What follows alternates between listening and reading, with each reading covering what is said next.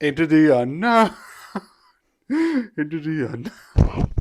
So one quick joke. I was like, I think I left this in my room, and then I was like, oh yeah, so Saturday I can show it up for the last one, because I can't show it out, because of that stuff, because it's upstairs in my room.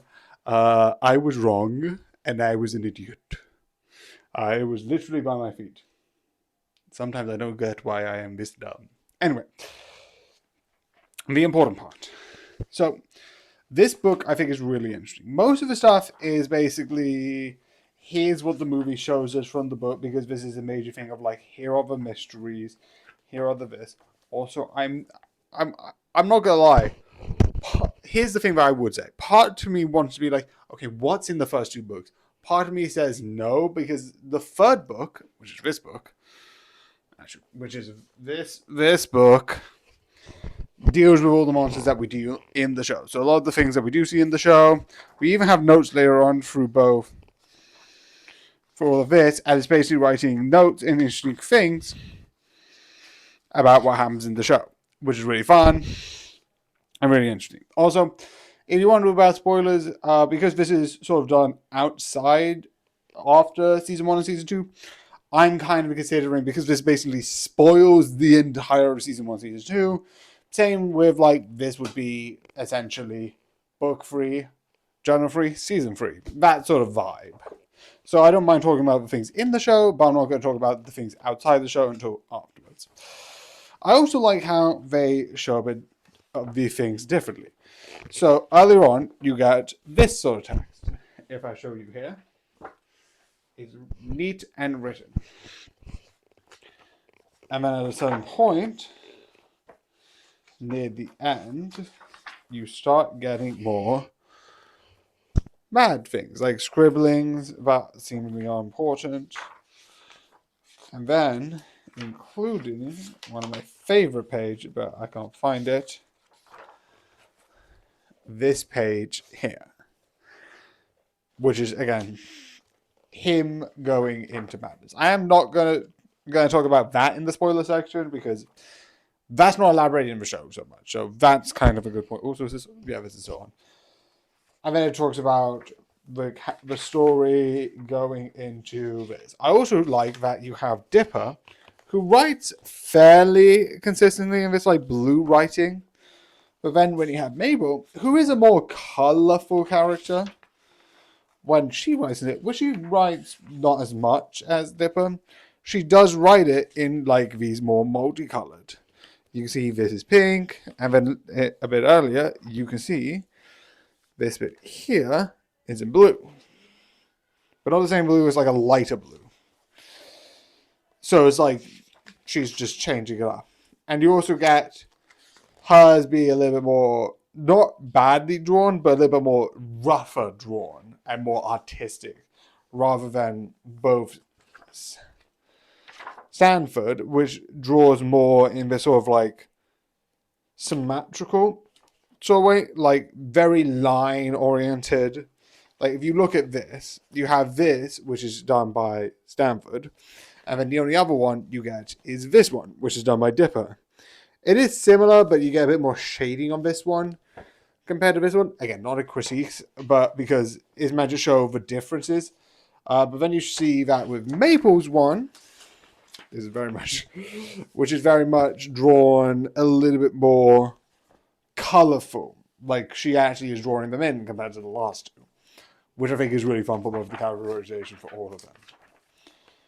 I do also like that this is basically draws through the thing, which I do generally like. And it was all generally just basically adding more information onto the mysteries. With the additional information, let's actually get into that. Okay, so I'm gonna do the sort of thing, because I kind of have thoughts on different ones. So I'll go to things I like, things I find interesting, and then the last one is the things that I'm like confused about. So number one, in the journal, they bring up one thing. They bring up a couple of things that elaborate on the mysteries. and basically explain certain details, explain certain things, and certain quirks about this, because it's written as a sort of diary, which I kind of do like. The one thing that I do like is you kind of get given information, like about the land of the smile dip, and all of that backwards thing, which is very confusing. And I like. You also get like a cologne schedule, which I absolutely love. I love showers drawn out because, again, the clone's gonna go through showers. But one of the things I like is one of the mysteries I thought was really fun, at least to me, was essentially, where is it? Where is that page? Aha, Giffany, which is a really fun idea. It's really cool, but essentially she dies. But she doesn't. Update. Got Giffany is actually dating Geode, the fighter character from the previous episode. They're in there. I don't know if that's a good thing or a bad thing because she did murder people. So the other thing, which is good, the thing that I find interesting, is that they actually go a bit further. They bring up, so it kind of mostly has the same. It's written by the two people. Night. Okay. Until I think the rift and the nightmare. It's written until a certain point where they actually bring up what happened to Stanford. How he's wanted. There's a couple of comics, and they bring that up a bit. How they have like other dimensions, including the do-over dimension, which is really interesting. That is a really weird idea, and it's really cool. Including the gambling one, which would be a very, very weird idea. It also brings up the second dimension, which does get brought up in another one. I also like the idea of like two people touching and it evaporating the whole dimension. That would be bad. But again, it just brings up more things about how it works and it elaborates a bit more on the situation. Which overall I think helps with the entire situation of what happened, what he went through, etc., etc. So yeah, I think that is definitely fun and definitely a good idea.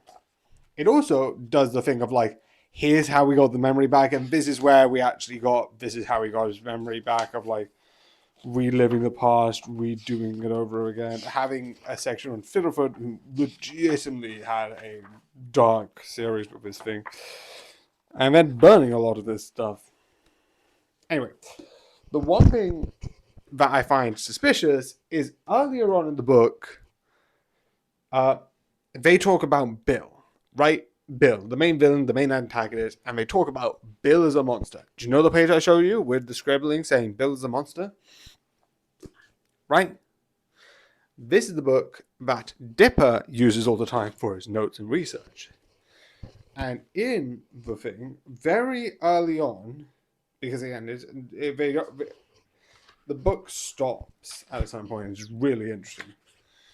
Fairly early on. Let me just try and find it.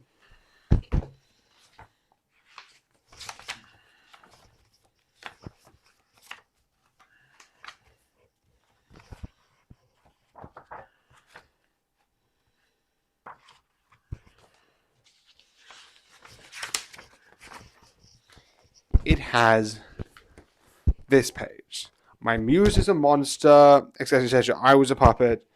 And earlier, it refers to Bill. So why would no one trust him off the gate and think he is nothing but evil?